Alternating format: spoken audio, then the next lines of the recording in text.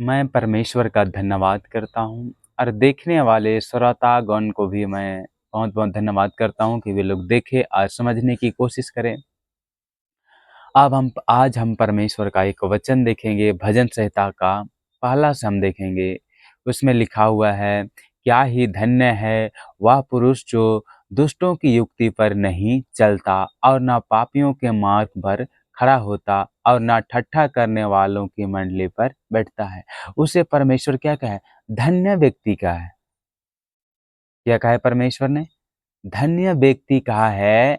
क्या ही धन्य है जो दुष्टों की युक्ति पर नहीं चलता, मतलब कि दुष्ट के काम को वो करना नहीं चाहता। जैसे लोग क्या बोलते हैं, चलो नशा करने, तो वो नशा करने चले जाते हैं, और जो नहीं जाता है उससे क्या बोलते हैं? धन्य व्यक्ति। लड़ाई करने के लिए चलो वहाँ किसी को मारना है, वह क्या करता है? चला जाता है। और जो नहीं जाता है उसको क्या कहा है? धन्य व्यक्ति। इसीलिए वह पुरुष जो दुष्टों की युक्ति पर नहीं चलता और ना पापियों के मार्ग में खड़ा होता है और ना ठट्ठा करने वालों की मंडली पर बैठता है, उससे परमेश्वर क्या कहा है? धन्य व्यक्ति का है। आपको अगर धन्य बनना है तो यीशु मसीह का वचन सुनो। इसमें लिखा हुआ है भजन संहिता 1:1 में, धन्य, क्या ही धन्य है जो पुरुष दुष्टों की युक्ति पर नहीं चलता और ना पापियों के मार्ग पर खड़ा होता और ना ठट्ठा करने वालों की मंडली पर बैठता है। जो हंसी मजाक करते हैं उसमें भी वे जाना पसंद नहीं करता। एक दूसरे की बुराई करते हैं, हंसी मजाक करते हैं, तरह तरह का नाम लिया जाता है, उसका सही नाम नहीं लिया जाता है। उसको क्या बोलते हैं? हंसी मजाक, ठट्ठा। वहां भी मतलब जो परमेश्वर के बच्चे हैं ना, वो उनके जगह नहीं जाते हैं। उसी को परमेश्वर क्या कहा है? धन्य व्यक्ति। अगर धन्य बनना है तो आपको ठट्ठा करने वाले की मंडली से दूर होना चाहिए, उसमें नहीं जाना चाहिए। और दूसरा में लिखा है, परंतु वह तो यहोवा की व्यवस्था से प्रसन्न रहता और उसकी व्यवस्था पर रात दिन ध्यान करता है। हम यहोवा के काम से, यहोवा की योजना से, यहोवा की व्यवस्था से जो प्रसन्न होता, खुश होता, यहोवा के काम से, परंतु वह तो यहोवा की व्यवस्था से प्रसन्न रहता, यहोवा के काम से खुश रहता, उससे उसकी व्यवस्था को रात दिन ध्यान करता है। वही क्या है? धन्य व्यक्ति। क्या है वे? धन्य व्यक्ति है। वह उस वृक्ष के समान है। जो धन्य व्यक्ति है ना, वह उस वृक्ष के समान है जो बहती नालियों के किनारे लगाया गया है। क्या किया है? बहती नालियों के किनारे लगाया गया है।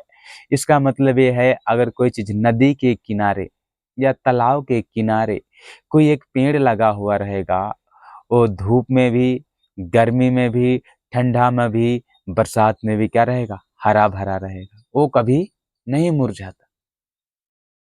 क्या करता? वो कभी नहीं मुरझाता। और जो परमेश्वर के सम्मुख में आता है, उसे कोई टेढ़ी मेढ़ी बात करना नहीं आता। वो सीधा बोलेगा, चाहे अगला लोग को, चाहे किसी लोग को बुरा लगे या अच्छा लगे या खराब लगे, जो सही है वो सही बोलेगा। वह उस वृक्ष के समान है जो बहती नालियों के किनारे लगाया गया है और अपनी ऋतु में फलता है, और जिसके पत्ते कभी मुरझाते नहीं। इसलिए जो कुछ वह पुरुष करे वह सफल होता है। ये मेरे भाई मेरे बहन, आप यहोवा के वचन सुनो। लिखा है, लिखा है, हम परमेश्वर का वचन को सुने, समझे और उन्हीं के अनुसार चले। अगर आप छानबीन कर सकते हो, अगर आपको गलत लगे तो बोलना कि भाई साहब ये गलत लग रहा है, ऐसे नहीं होना चाहिए। आप कमेंट करिएगा जरूर, आपको कैसा लगा ये बातें।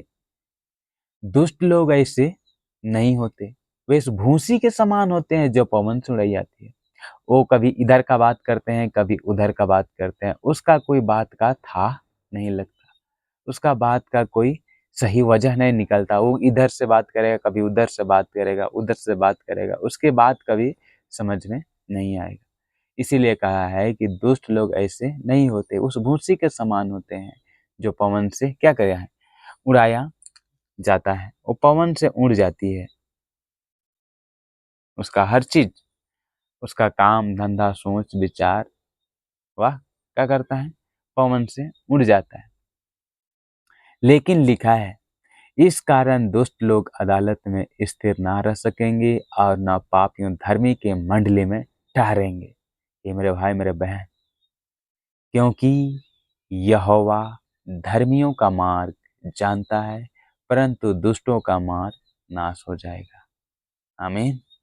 इसलिए मेरे भाई मेरे बहन, यहोवा परमेश्वर धर्मियों का मार्ग को जानता है, दुष्टों का भी मार्ग को जानता है, और दुष्टों का मार्ग क्या हो जाएगा, नाश हो जाएगा।